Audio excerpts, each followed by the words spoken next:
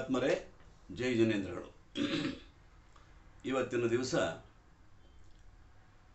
ನಮ್ಮ ಜೈನ ಧರ್ಮದ ಶ್ರುತ ಯಾವ ರೀತಿಯಾಗಿ ನಿರ್ಮಾಣವಾಯಿತು ಅಂದರೆ, ಶ್ರುತ ಅಂದರೆ ಶಾಸ್ತ್ರ ಯಾವ ರೀತಿಯಾಗಿ ಸ್ಥಾಪನೆಯಾಯಿತು ಅನ್ನುವಂಥ ವಿಷಯ ಕುರಿತು ನಾನು ಮಾತನಾಡಬೇಕಂತ ತಿಳಿದೋನಿ.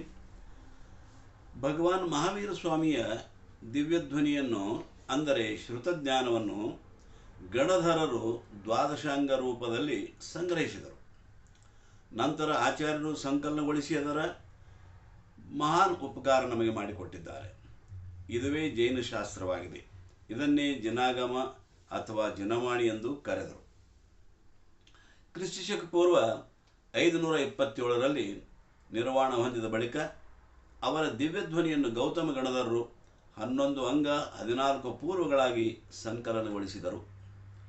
ಇವುಗಳಲ್ಲಿ ಧರ್ಮ, ದರ್ಶನ, ನೈತಿಕ ವಿಚಾರಗಳು, ಕಲೆಗಳು, ಜ್ಯೋತಿಷ್ಯ, ಆಯುರ್ವೇದ, ವಿಜ್ಞಾನ ಮುಂತಾದ ಅನೇಕ ವಿಷಯಗಳು ಬಂದಿರುವುದರಿಂದ ಇವು ಭಾರತೀಯ ಜ್ಞಾನಕೋಶಗಳೇ ಆಗಿವೆ. ದುರ್ಭಾಗ್ಯದಿಂದ ಎಲ್ಲವೂ ಸುರಕ್ಷಿತವಾಗಿಲ್ಲ. ಗೌತಮರ ತರುವಾಯ ಸುಧರ್ಮಾಚಾರ್ಯರು, ಜಂಬೂಸ್ವಾಮಿಗಳು ಉಪದೇಶ ಮಾಡುತ್ತಾ ಬಂದರು. ಈ ಶ್ರುತವನ್ನು ಒಮ್ಮೆ ಕೇಳಿದರೆಂದರೆ ನೆನಪೆಟ್ಟು ಮುಂದಿನವರಿಗೆ ಉಪದೇಶಿಸುತ್ತಿದ್ದರು ಆಗಿನ ಕಾಲದಲ್ಲಿ. ಹೀಗೆ ಎಷ್ಟೋ ಆಚಾರ್ಯರು ಆಗಿ ಹೋದರು. ಇವರ ತರುವಾಯ 683 ವರ್ಷಗಳವರೆಗೆ ಬಹಳ ಪರಿಶ್ರಮದಿಂದ ಕಾಪಾಡಿಕೊಂಡು ಬಂದರು. ಲೋಹಾಚಾರ್ಯರ ನಂತರ ಶ್ರುತಜ್ಞಾನದ ಪಠನ ಪಾಠನ ಸಮಾಪ್ತವಾಯಿತು. ಆದರೂ ನಂತರ ವಿನಯಧರ ಮುಂತಾದ ಆಚಾರ್ಯರು ಅಂಗಪೂರ್ವದ ಕೆಲವು ಭಾಗಗಳನ್ನು ಅರಿತವರಾಗಿದ್ದರು. 2ನೇ ಶತಮಾನದಲ್ಲಿ ಪಾಟಲಿಪುತ್ರದಲ್ಲಿ ಶ್ರೀ ಸ್ಕಂದಿಲ ಮುನಿಗಳ ಅಧ್ಯಕ್ಷತೆಯಲ್ಲಿ, ಮಥುರೆಯಲ್ಲಿ 5ನೇ ಶತಮಾನದಲ್ಲಿ ಶ್ರೀ ದೇವರ್ಧಿಯವರ ಅಧ್ಯಕ್ಷತೆಯಲ್ಲಿ ಒಲವಿಯಲ್ಲಿ ಸಭೆ ಸೇರಿ ಆಗಮದ ರಕ್ಷಣೆಯ ಕ್ರಮ ಕೈಗೊಂಡರು. ಆಗಮವನ್ನು ಪ್ರಥಮಾನುಯೋಗ, ಚರಣಾನುಯೋಗ, ಕರ್ಣಾನುಯೋಗ, ದ್ರವ್ಯಾನುಯೋಗವೆಂದು ವಿಭಾಗ ಮಾಡಿದರು. ಕ್ರಿಸ್ತಶಕ ಪೂರ್ವ 174ರಲ್ಲಿ ಕಲಿಂಗ ಚಕ್ರವರ್ತಿ ಒರಿಸ್ಸಾದಲ್ಲಿ ಮುನಿಗಳನ್ನು ಕರೆಯಿಸಿ ಜೈನ ಧರ್ಮದ ಸಮ್ಮೇಳನ ಮಾಡಿದನು. ಜೈನ ಶ್ರುತಜ್ಞಾನ ಉಳಿಸಿಕೊಂಡು ಹೋಗಲು ಉಪಾಯ ಹುಡುಕಿ ಕಾರ್ಯರೂಪದಲ್ಲಿ ತಂದನು. ಮುಂದೆ ಎಷ್ಟೋ ವರ್ಷಗಳ ತರುವಾಯ ದರ್ಶನಾಚಾರ್ಯರು ಜನ್ಮ ತಾಳಿದರು. ಇವರು ಅಷ್ಟಾಂಗ ನಿಮಿತ್ತದ ಪಾರಗಾಮಿಗಳಾಗಿದ್ದು ಅಗ್ರಾಯಣಿ ಪೂರ್ವದ ಪಂಚಮವಸ್ತುವಿನ ಚತುರ್ಥ ಮಹಾಕರ್ಮ ಪ್ರಾಭೃತವನ್ನು ಅರಿತವರಾಗಿದ್ದರು. ಇವರಿಗೆ ಶ್ರುತಜ್ಞಾನದ ಕುರಿತು ಬಹಳ ಚಿಂತೆಯಾಯಿತು. ತಮ್ಮ ತರುವಾಯ ಶ್ರುತದ ಹರಾಸವಾಗುವುದೆಂದು ಅರಿತರು. ಆಗ ಆಂಧ್ರಪ್ರದೇಶದ ವೇಣಾ ನದಿ ತೀರದ ನಗರದಲ್ಲಿ ದೊಡ್ಡ ಮುನಿ ಸಮ್ಮೇಳನ ನಡೆದಿತ್ತು. ದರ್ಶನಾಚಾರ್ಯರು ಇಲ್ಲಿಗೆ 2 ಬುದ್ಧಿಶಾಲಿ ಮುನಿಗಳನ್ನು ಕಳಿಸಿಕೊಡಲು ತಿಳಿಸಿದರು. ಆಗ ಅರ್ಹತ್ ಬದಲಾಚಾರ್ಯರು ಭೂತಬಲಿ ಹಾಗೂ ಪುಷ್ಪದಂತರನ್ನು ಕಳಿಸಿಕೊಟ್ಟರು. ಇವರಿರುವರು ಬಂದು ದರ್ಶನಾಚಾರ್ಯರಿಗೆ ನಮಸ್ಕರಿಸಿದರು. ಆಗ ಆಚಾರ್ಯರು ಅವರಿಗೆ ಶ್ರುತದೇವಿಯು ಜಯವಂತವಾಗಲಿ ಎಂದು ಆಶೀರ್ವಾದ ಮಾಡಿದರು. ಇವರಿರುವರ ಪರೀಕ್ಷೆ ಮಾಡಲು ಒಂದೊಂದು ಸೂತ್ರಗಳನ್ನು ಕೊಟ್ಟರು. ಅದರಲ್ಲಿ 2 ಪಾಸಾದರು. ಆಗ ದರ್ಶನಾಚಾರ್ಯರು ಇವರು ಸಮರ್ಥ ಮುನಿಗಳೆಂದು ತಿಳಿದು ತಮ್ಮಲ್ಲಿದ್ದ ಸಮಸ್ತ ಜ್ಞಾನವನ್ನು ಉಪದೇಶಿಸಿದರು. ಆಗ ತಮ್ಮ ಆಯುಷ್ಯವು ಕೆಲವೇ ದಿವಸ ಉಳಿದಿರುವುದನ್ನು ಅರಿತು ತಮ್ಮ ಮೇಲಿನ ಮೋಹದಿಂದ ಶ್ರುತವು ಹ್ರಾಸವಾಗಬಾರದೆಂದು ಅವರಿಬ್ಬರನ್ನು ಮುಂದೆ ಕಳಿಸಿಕೊಟ್ಟರು. ಈ 2 ಮುನಿಗಳು ಅಂಕಲೇಶ್ವರದಲ್ಲಿ ಬಂದು ವರ್ಷಾಯೋಗ ಮುಗಿಸಿದರು. ಪುಷ್ಪದಂತರು ಕರ್ನಾಟಕದ ವನವಾಸಿಗೆ ಬಂದರು. ಭೂತಬಲಿಗಳು ತಮಿಳುನಾಡಿನ ಮಧುರೆಗೆ ಬಂದರು. ಪುಷ್ಪದಂತರು ತಮ್ಮ ಪೂರ್ವಾಶ್ರಮದ ಸಂಬಂಧಿ ಜಿನಪಾಲಿತನಿಗೆ ಅಧ್ಯಯನ ಮಾಡಿಸಿ ಅವನಿಂದ ಕರ್ಮ ಪ್ರಾಭೃತವನ್ನು ಬರೆಯಿಸಿ ಭೂತಬಲಿಗಳ ಕಡೆಗೆ ಕಳಿಸಿಕೊಟ್ಟರು. ಅದನ್ನು ನೋಡಿ ಭೂತಬಲಿಗಳಿಗೆ ಬಹಳ ಆನಂದವಾಯಿತು. ಅದರಲ್ಲಿ ಉಳಿದ 6ನೇ ಖಂಡ ಮಹಾಬಂಧವನ್ನು ತಾವು ಬರೆದು ಪೂರ್ತಿಗೊಳಿಸಿದರು. ಅಂದು ಪಂಚಮಿ ತಿಥಿ ಇತ್ತು. ಚತುಸ್ಸಂಗದ ಮುಂದೆ ಶ್ರುತಪೂಜೆ ಭವ್ಯ ಮೆರವಣಿಗೆ ಮಾಡಿಸಿದರು. ಹೀಗೆ ಶ್ರುತದ ನಿರ್ಮಾಣವಾಯಿತು. ಇದನ್ನು ಶ್ರುತಸ್ಕಂದದ ಮೊದಲನೆಯದೆಂದು ಕರೆದರು.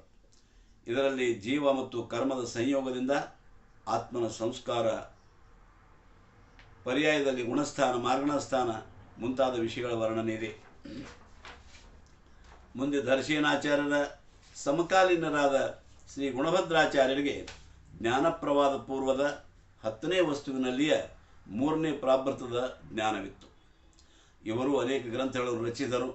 ಮುಂದೆ ಅನೇಕ ಆಚಾರ್ಯರು ಈ ಇರುವರ ಗ್ರಂಥಗಳ ಆಧಾರ ತೆಗೆದುಕೊಂಡು ಅನೇಕ ಕೃತಿಗಳನ್ನು ರಚಿಸಿದರು.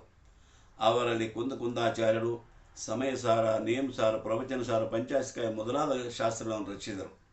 ಈ ಆಚಾರ್ಯರ ಮೂಲಕ ಉಳಿದು ಬಂದ ಸ್ವಲ್ಪವೇ ಶ್ರುತವು ನಮಗೆ ಜೀವನದಲ್ಲಿ ಓದುವುದಾಗುವುದಿಲ್ಲ. ಮಹಾವೀರರ ನಂತರ ಗೌತಮ ಸ್ವಾಮಿ ಕುಂದರನ್ನು ಮಂಗಲಗೀತೆಯಲ್ಲಿ ಸ್ಮರಿಸುತ್ತೇವೆ. ಆಚಾರ್ಯ ಕುಂದರು ವಿದೇಹ ಕ್ಷೇತ್ರಕ್ಕೆ ಹೋಗಿ ಸಾಕ್ಷಾತ್ ತೀರ್ಥಂಕರ ದಿವ್ಯಧ್ವನಿಯನ್ನು ಆಲಿಸಿ ಬಂದು ಬರೆದ ಕೃತಿಗಳೇ ಅವರವು. ನಂತರ ಉಮಾಸ್ವಾಮಿ, ಸಮಂತಭದ್ರ, ಪೂಜ್ಯಪಾದರು, ಜನಸೇನಾಚಾರ್ಯರು, ವೀರಸೇನರು, ಮಾನತುಂಗರು, ಅಮೃತಚಂದ್ರಾಚಾರ್ಯರು, ಶುಭಚಂದ್ರರು ಹೀಗೆ ಅನೇಕ ಆಚಾರ್ಯರು ಎಷ್ಟೋ ಗ್ರಂಥಗಳನ್ನು ರಚಿಸಿ ನಮಗೆ ಉಪಕಾರ ಮಾಡಿದ್ದಾರೆ. ಮುಂದೆ ಕ್ರಿಶ್ಯಕ 1112ರಲ್ಲಿ ಬನ್ನಿಕೆರೆಯಲ್ಲಿ ಭಗವಾನ್ ಪಾರ್ಶ್ವನಾಥರ ಪಂಚಕಲ್ಯಾಣ ಮಹೋತ್ಸವದಲ್ಲಿ ರವಿದೇವಿ ಅಕ್ಕ ಎಂಬ ರಾಣಿಯು ಶ್ರುತದಾನ ಮಾಡಬೇಕಾಗಿರುವುದರಿಂದ ಗುರುಗಳ ಆಜ್ಞೆಯ ಪ್ರಕಾರ ಶಾಸ್ತ್ರ ಹುಡುಕಾಡಿಸಿದಳು. ಕೊನೆಗೆ ಶ್ರವಣಬೆಳಗೊಳಕ್ಕೆ ಸೇರಿದ ಒಂದು ಪ್ರತಿ ಸಿಕ್ಕಿತು. ತಕ್ಷಣ ರವಿದೇವಿ ಅಕ್ಕ ಧೈರ್ಯ ಮಾಡಿ ಜಿನ್ನ ಮತ್ತು ಉದಯಾದಿತ್ಯ ಎಂಬ ಲಿಪಿಕಾರನ್ನು ಕರೆಯಿಸಿ ಪುನರ್ಲಿಪಿ ಮಾಡಿಸಿದಳು. ಈಗ ತಯಾರಾದ ಧವಲಾದಿ ಗ್ರಂಥಗಳನ್ನು ಶಾಸ್ತ್ರದಾನವಾಗಿ ಮುನಿಗಳಿಗೆ ಅರ್ಪಿಸಿ ಧನ್ಯಳಾದಳು. ಉಳಿದ ಪ್ರತಿಗಳನ್ನು ಶ್ರವಣಬೆಳಗೊಳ, ಕೊಪ್ಪಳ, ಬಂಕಾಪುರ ಶ್ರುತ ಭಂಡಾರಕ್ಕೆ ಶಾಸ್ತ್ರದಾನ ಮಾಡಿದಳು.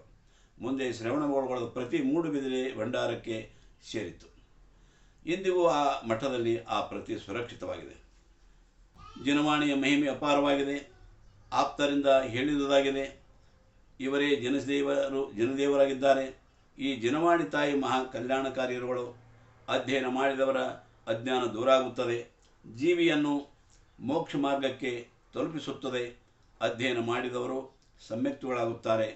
ಇದನ್ನು ಸರ್ವೋದಯ ತೀರ್ಥವೆಂದು ಕರೆದಿದ್ದಾರೆ. ಇದು ರತ್ನತ್ರಯವನ್ನು ತಿಳಿಸಿಕೊಡುತ್ತದೆ. ಮೋಕ್ಷ ಮಾರ್ಗದ ಕಡೆಗೆ ತಲುಪಿಸುತ್ತದೆ. ಭಗವಂತರು ತಾವು ಕಂಡುಂಡ ಸತ್ಯ ಮಾರ್ಗವನ್ನೇ ನಮಗಾಗಿ ಇದರಲ್ಲಿ ಉಪದೇಶಿಸಿದ್ದಾರೆ. ಜೈನ ದರ್ಶನದಲ್ಲಿ ಬರುವ ಎಲ್ಲ ತತ್ವ ಸಿದ್ಧಾಂತಗಳು ವೈಜ್ಞಾನಿಕವಾಗಿಯೂ ಪ್ರಾಮಾಣಿಕವಾಗಿಯೂ ಇರುವುದರಿಂದ ಜಗತ್ತಿನ ಎಲ್ಲ ದಾರ್ಶನಿಕರು ಮಾನ್ಯ ಮಾಡಿದ್ದಾರೆ, ಗೌರವದಿಂದ ಕಾಣುತ್ತಾರೆ. ಈ ಆಗಮಗಳು ಪ್ರಾಕೃತ ಭಾಷೆಯಲ್ಲಿವೆ. ಮುಂದೆ ಸಂಸ್ಕರಿಸಲ್ಪಟ್ಟು ಸಂಸ್ಕೃತ ಭಾಷೆಯಲ್ಲಿಯೂ ರಚನೆಯಾದವು. ಆಗಮವು 2 ವಿಧವಾಗಿವೆ. ಅಕ್ಷರಾತ್ಮಕ ದ್ವಾದಶಾಂಗವು ದ್ರವ್ಯಶ್ರುತವಾಗಿದೆ. ಈ ದ್ರವ್ಯಶ್ರುತದ ಶ್ರವಣದಿಂದ ಆತ್ಮನಿಗಾಗುವ ಜ್ಞಾನವನ್ನು ಭಾವಶ್ರುತವೆಂದು ಹೇಳುತ್ತಾರೆ. ಈ ಆಗಮವು ದೇವ ಪ್ರಣೀತವಾದುದರಿಂದ ಇದರ ಮಹತ್ವವನ್ನು ವರ್ಣಿಸಲು ಸಾಧ್ಯವಿಲ್ಲ. ಮುಂದೆ ಇವೇ ಧವಲಾದಿ ಗ್ರಂಥಗಳನ್ನು ಶ್ರವಣಬೆಳಗೊಳದ ಚಾಲುಕ್ಯ ಭಟ್ಟಾರಕರು ವಿದ್ವಾಂಸರನ್ನು ಕರೆಸಿ ಕನ್ನಡಕ್ಕೆ ಅನುವಾದ ಮಾಡಿದ್ದಾರೆ. ಈ ಎಲ್ಲ ಜೀವಿಗಳ ಮೋಹರೂಪಿ ಸೌದಿಯನ್ನು ಸುಟ್ಟು ಭಸ್ಮಗೊಳಿಸುವಂತಹ ಅಂಥವುಗಳಾಗಿವೆ. ಮಾನವನಲ್ಲಿರುವ ಅಜ್ಞಾನರೂಪಿ ಅಂಧಕಾರವನ್ನು ನಾಶಗೊಳಿಸುವಂಥವಾಗಿವೆ. ಸಮಸ್ತ ಕರ್ಮಗಳನ್ನು ನಾಶಗೊಳಿಸಿ ಆತ್ಮನನ್ನು ಪರಮಾತ್ಮ ತತ್ವದ ಕಡೆಗೆ ಸಾಗಿಸುವಂಥದ್ದಿವೆ. ಸಂಸಾರಿ ಜೀವಿಯ ಸಮಸ್ತ ದುಃಖಗಳನ್ನು ನಾಶಗೊಳಿಸುವ ಸುಖಾಮೃತವಾಗಿವೆ.